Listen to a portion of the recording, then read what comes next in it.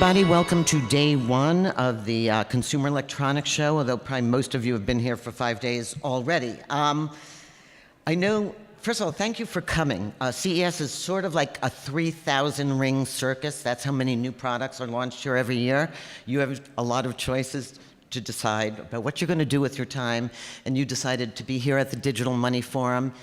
Thank you so much, and I'll tell you why it's important that we're here. 2 reasons. If you manufacture anything here, a chip, a computer, a VR, an AR, a headset, a hearable, you are at the center of the Internet of Things, machine-to-machine commerce, payable systems, and I hope we show you that today. Second, if you are a business doing business, you had best think about how you are going to transform your business to a digital economy.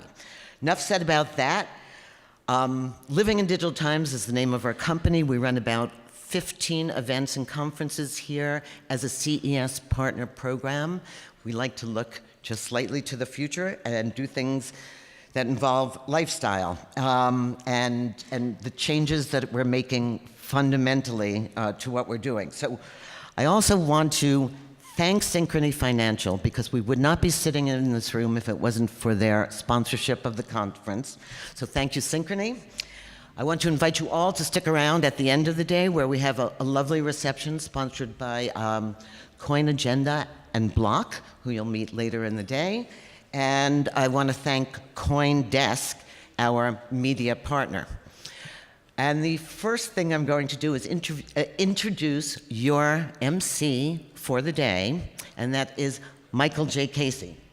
And can I just get the next slide for a minute? Michael, I'm not going to introduce him with the whole bio because it's in the program, but I have 3 M's in my digital money life: Michael Casey, Matt Rozak, who you'll meet, and Michael Turpin, who understand fundamentally what's going on in the crypto world and have been great sponsors and supporters of what we do. Welcome to Digital Money. Have a great time, get involved, and introducing our MC for the day, Michael Casey.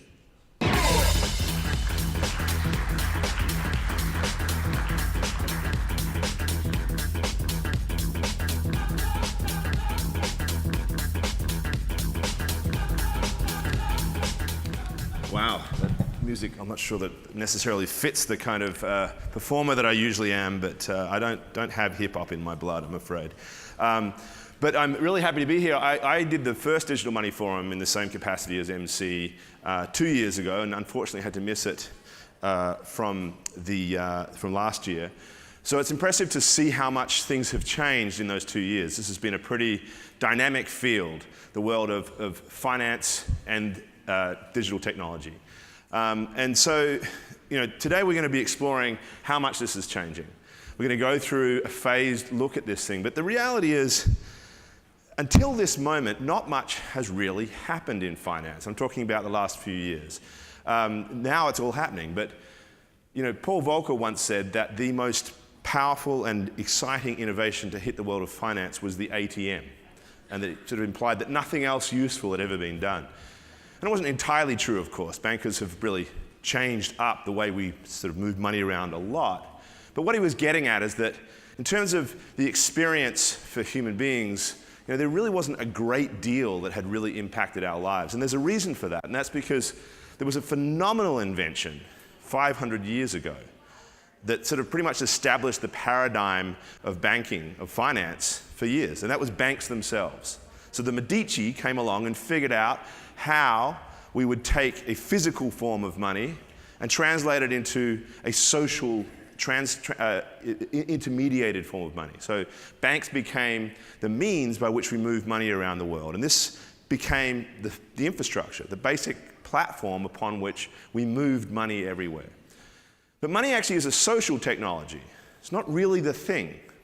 Even though we're here at CES looking at things, money itself, and we've all been deluded really, because we've thought for years that it was this piece of paper or this bit of gold or whatever it was money, when in fact what it is a record-keeping system. It's a system for society to manage and keep track of its debts.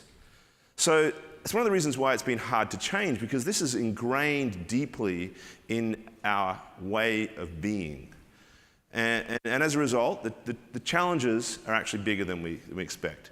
Nonetheless, because of digitization, because of the internet, and because of the arrival of devices that can act on our behalf, suddenly we are facing this massive shift. So 500 years in the making right now is what we're dealing with. But I would suggest that the changes that we're facing come under two categories. One of them is revolutionary. One of them is evolutionary. The evolutionary part is the part that we will address in the first half of this morning. And that's what we put under the rubric typically as fintech. And I would say it matters to describe it that way. People sometimes, I think, give a broader definition to that word. But I take fintech, meaning the word fin, financial, to be dealing with changes in technology addressing the existing financial infrastructure. So we're talking about payments that are now becoming more automated, from cards to our devices to gadgets and things everywhere. We're talking about robots that will make decisions for us on our behalf and act in the sort of the realm of the logic part of how we deal with our finance.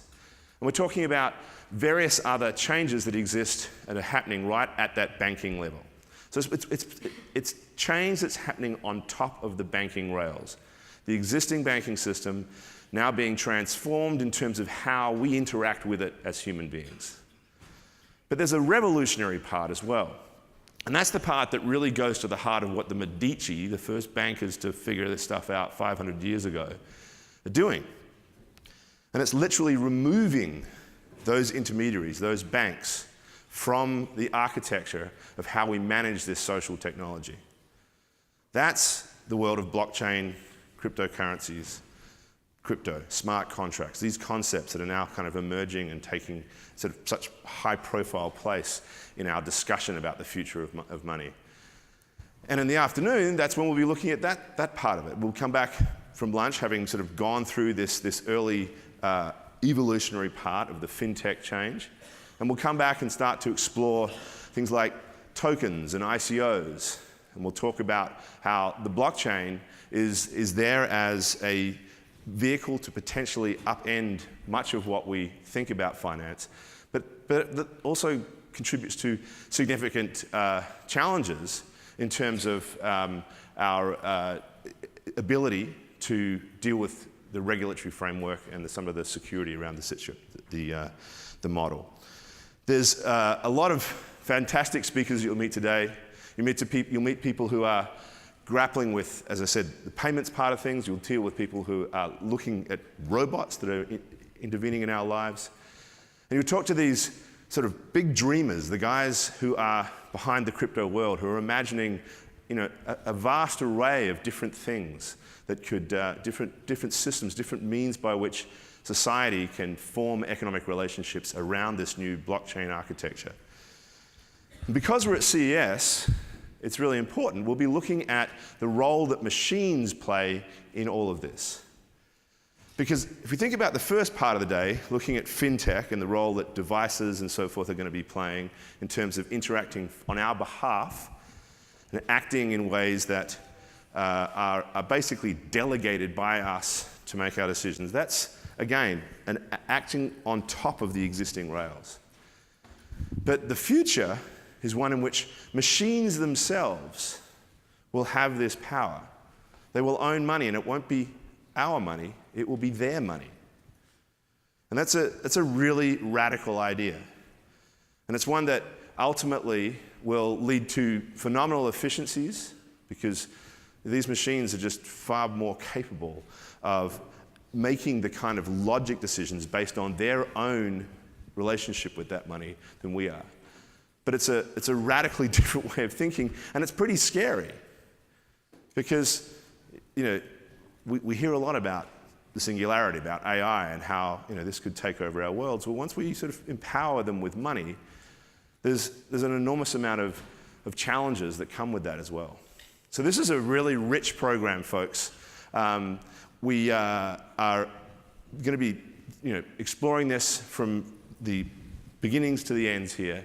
And I sort of encourage you to stick around Enjoy the rest of the day. Fabulous group of moderators.